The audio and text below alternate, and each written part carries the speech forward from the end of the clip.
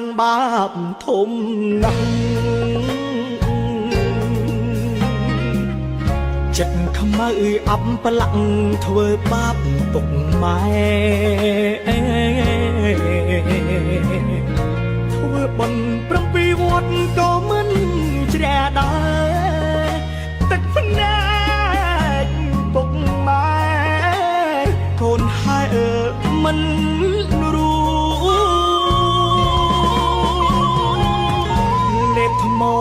លេបគ្រូព្រោះកូនដេរឆាន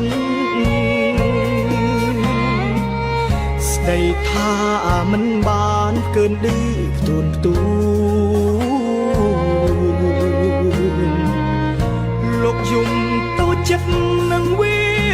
ស្នាខ្លួនដែលមានកូនអប្រិយដូចខ្ញុំ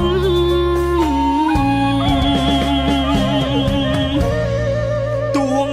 ធ្លាក់នរូ18ជា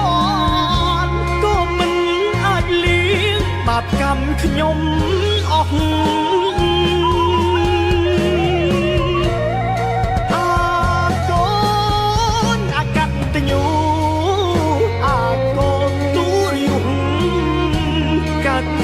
ជាតិនេះព្រោះធ្ងន់ផែនដី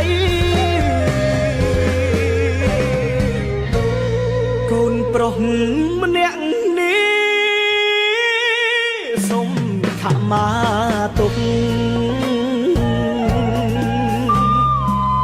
ល្ងងដើរផ្លូវខុងឈួតកាមលោកី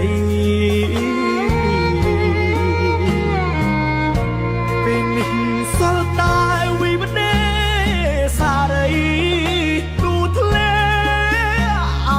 ใจก็เลี้ยงป้ามันออก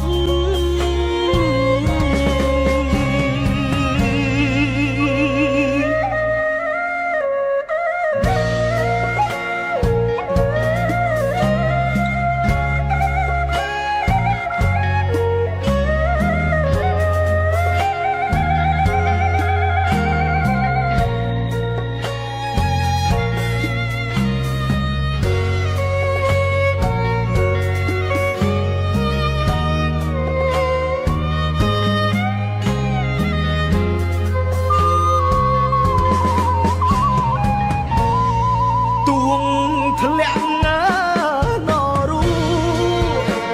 18ជាន់ក៏មិនអាចលៀងបាបកម្មខ្ញុំអស់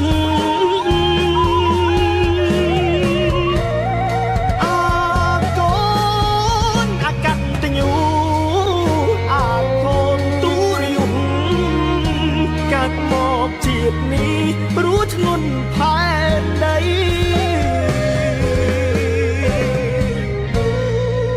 ប្រុសម្នាក់នេះសុំខមាទុក